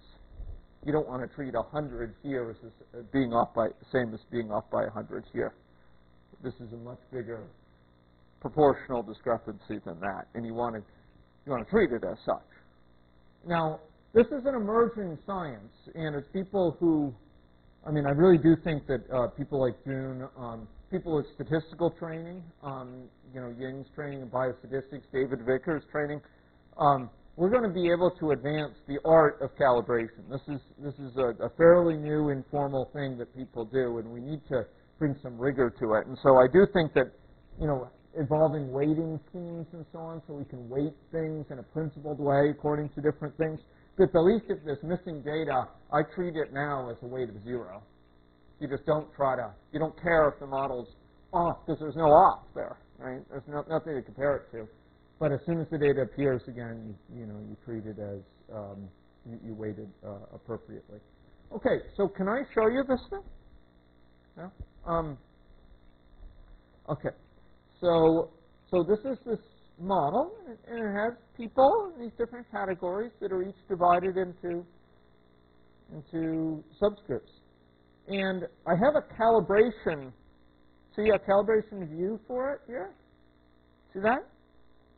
And if you go to the calibration view, what you'll actually see is a big structure. Let me zoom out for a minute, just so you can see. Ooh, okay. I'll zoom in a little bit more than that. But what you'll see is a big structure here, but it's a regular structure. Guess what this is at the middle here?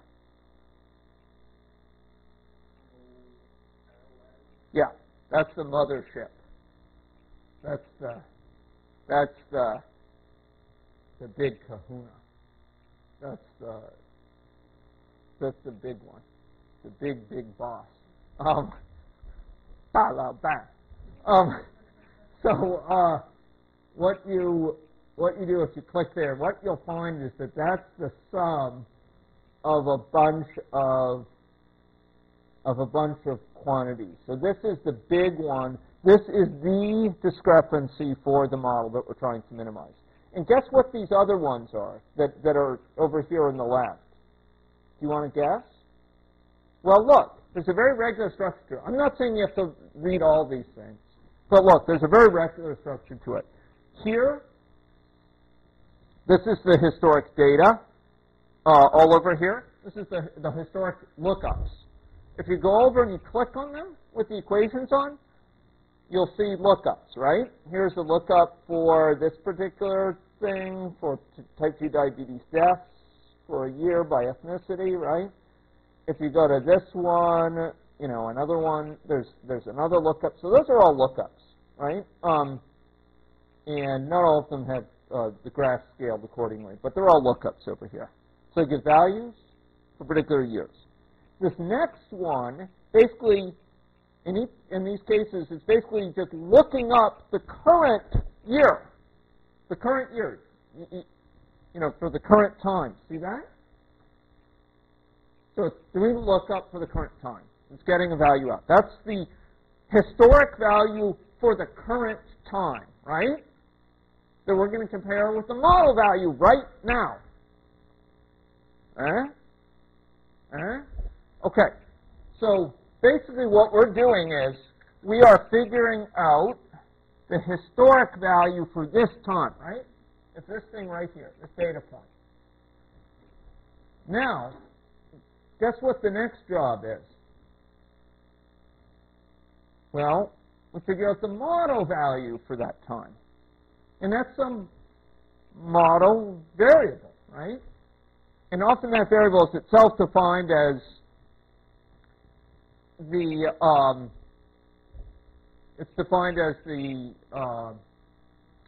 sum of some other variables, for example. But we get some model estimate, we compute the difference between them. See, that's what this is here. This is this so-called, fractional discrepancy in these things. So actually what I do is I compute this thing here. This is a fractional discrepancy. I compute A, so this is the model predictions, minus B, which is the historic values, divided by B. Does anyone know what VIBZ is? Karen does, but she's gone. Does anyone know what VIBZ is? 0 is divided by 0. So the idea is, look, if the historical value is 0, then don't just blow up. Treat the whole thing as 0. Now, in this case, it's not quite appropriate. I mean, you could argue about how to deal with this. What if the model value is 0? What's the fractional discrepancy? If the model predicts 1 and the historical value is 0, how bad is that? How many times off is it? Well, it's like infinite off. Well, so is that infinitely bad? No, not really, probably. But I'm not quite sure how to deal with that in a principal way. But functionally, this is this divided by that. If it's 0. Okay, it's 0. If it's 0, treat it as 0. Just treat it as don't care. Yeah. But that's not necessarily a good thing. I'm just saying I'm not sure how to deal with that in principle. And for all the cases we're dealing with, this is effectively divided. I don't think we have zeros for any of these. Maybe. Okay, so we'll want to think about how to deal with that. Well, let's think about how to deal with that. Okay, so there's a fractional discrepancy. So it's model prediction minus historic over historic, right? By the way, another thing you could do, which might be a reasonable thing, you could do historic minus model prediction over model prediction, because the model almost never has 0. All right? Okay. And then we take the absolute value. Now, again, maybe we should do square. I probably should have done square, but okay, now, so yeah, the square would probably be better. Maybe I should have done that. And then over here, I have weights. These weights basically allow us to care about certain of these matches less than others. But they also allow us to take into account missing data. So here, the weight is 1, but in some cases, the weight will depend on, I think, the years that we have it. Maybe it's not in this model. I have a bunch of calibration models. I guess all of these guys are 1 because we have data all through this time period. But we do have some where we have where we actually have missing data, in which case we'd have that is data available sort of type of thing. Now here's actually something I do. This is to take into account the sample size. I don't want to go into this in too much detail, but basically I give a weight to the thing which is lower. If the historic size is low, like let's suppose I only have 3 people, I want to weight that. I want to weight a discrepancy in that case of 1, even though it's a large fractional discrepancy. I want to weight it very low. I don't care about. I'm not too worried about a discrepancy of 50% if the historic number is 2. So I actually have a quantity here which basically gives a lower weight to things with a low historic number. So the basic idea here is a logistic function, and the basic idea is if it's at 0, it has a weight of 0, and then it goes up like this, and it has some midpoint. And so by the time you start dealing with, I think it's like 30, it gives a weight of essentially 1.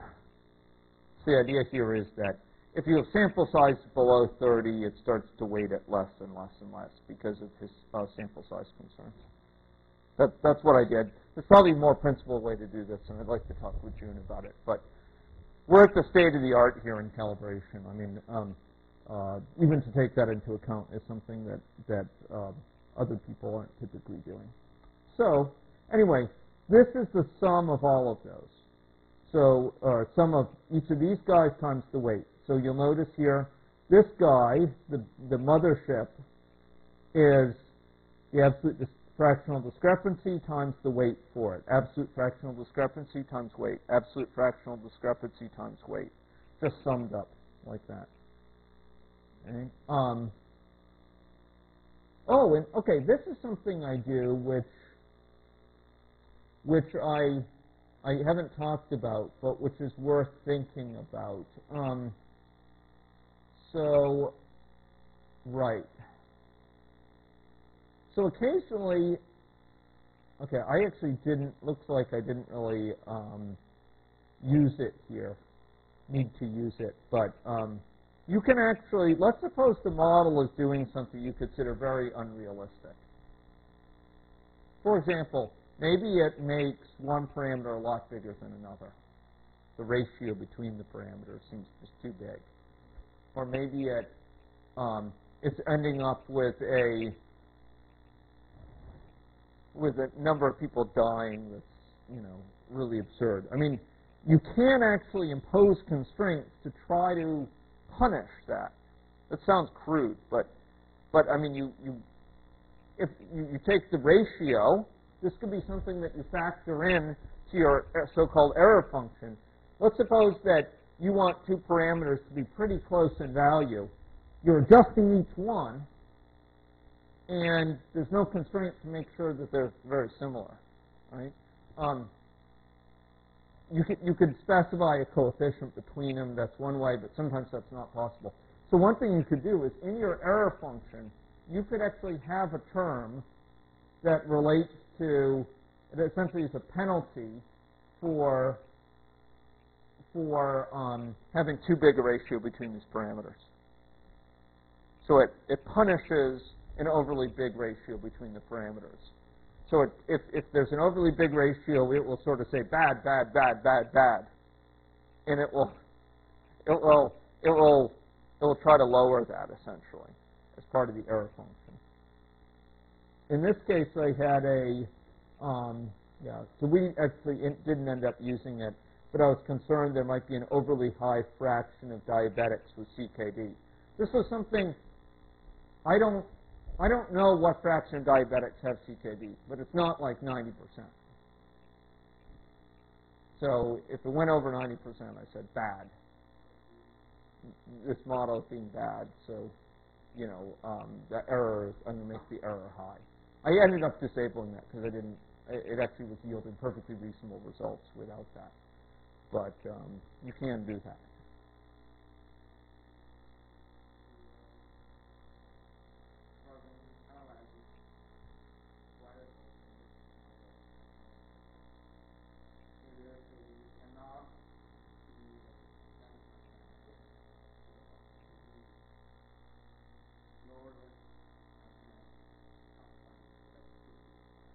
Okay, but how do you constrain that? That's the question. This is a constraint that I'm talking about exactly here, this penalty. That's a constraint, because that's an emergent thing from the model. How many people have CKD? That's something the model produces. It's not a parameter we adjust directly. But it's a result of our other parameter adjustments, right? And the question is, if we want to basically tell the calibration, look, having an unrealistically large x is bad, we can do that by adding it to our error function. Does that make sense? So we can basically say, if you're saying more than 20% of diabetics have ESR